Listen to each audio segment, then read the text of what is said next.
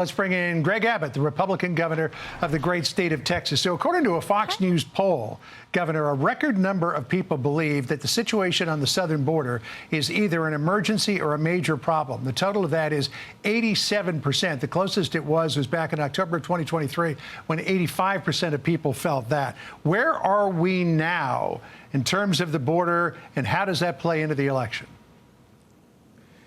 Listen, it plays into the election because as governors and residents and citizens across America have seen, every state is now a border state.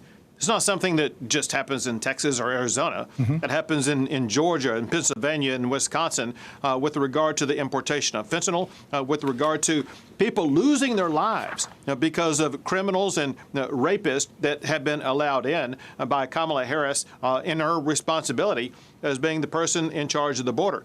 You know, it was amazing just moments ago on your clip. She said that we know how to fix the border.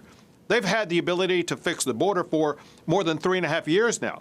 And because they have not only failed to do that, but because they have adopted the catch and release policies that President Trump had gotten rid of, they have now allowed in more than 11 million illegal immigrants, many of whom they don't know where they are right now, many of whom are known rapists, murderers, and even terrorists. And so Americans are threatened now more than ever because of the reckless open border policies that were allowed by Kamala Harris. To the point that you just made, here is a new ad from the Harris campaign touting how Kamala would be the solution to our woes on the border. Listen here. As president, she will hire thousands more border agents and crack down on fentanyl and human trafficking. Fixing the border is tough. So is Kamala Harris.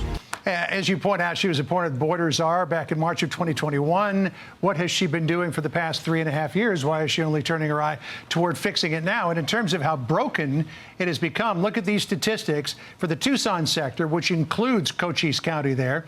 Under Biden, February 2021 to July 2024, 1,211,886 illegal entries. Compare that to Trump. During his entire presidency, 246,452. Under Biden, that's an almost 400% increase in illegal crossings, Governor. So, for one, listen, this is so easy for voters to be able to see what's going on because the facts are the facts. And the facts are that when President Trump left office, we had the lowest illegal border crossings in about 45 years. And then after Biden and Harris took over, we've had, without a doubt, the largest illegal border crossings ever. But remember this also, and that is when Kamala first ran for president, she articulated several policies that she believed in, such as saying that immigrants should not be treated as criminals. They wanted to give free health care to illegal immigrants. They want to abolish ICE. They were against the wall. Here's my point. Everything that she said that was her position when she first ran for president, or the actual policies that she's implemented as the vice president in charge of securing the border. So she has a record as well as articulated vision for what she wants to achieve, and it just has devastated the United States of America. Yeah. All Americans must know this one simple thing. If Kamala Harris becomes president, as bad as things have been under Joe Biden, they're going to be even worse under Kamala Harris as it concerns our broken border. Now, the sheriff there in Cochise County, Mark Daniels, we've had him on many, many times. You just heard Alicia Acuna refer to him. He has been highly critical of the Biden-Harris administration, but not everyone is. Listen to Javier Salazar, who is the Bexar County sheriff, and what he said at the DNC last night. When Donald Trump comes down to Texas, stands next to officers in uniforms just like mine, he's not there to help us.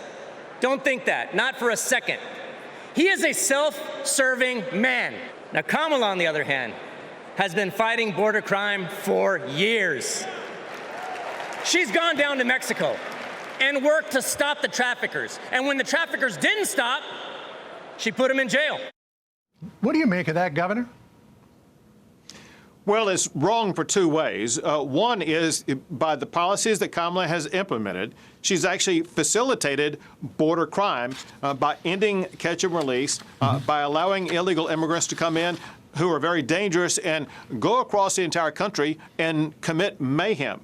Second thing I'll tell you, and that is that sheriff that was just talking right there is not actually a border sheriff. What I know for a fact is that President Trump has been on the border with me as well as with sheriffs on the border.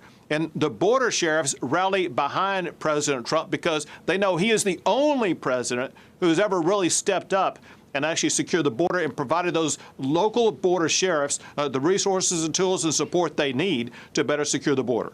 All right, Governor, we look forward to what the former president has to say in the minutes ahead. Thank you, sir, for joining us.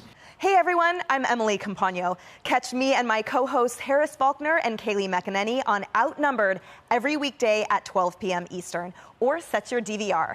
Also, don't forget to subscribe to the Fox News YouTube page for daily highlights.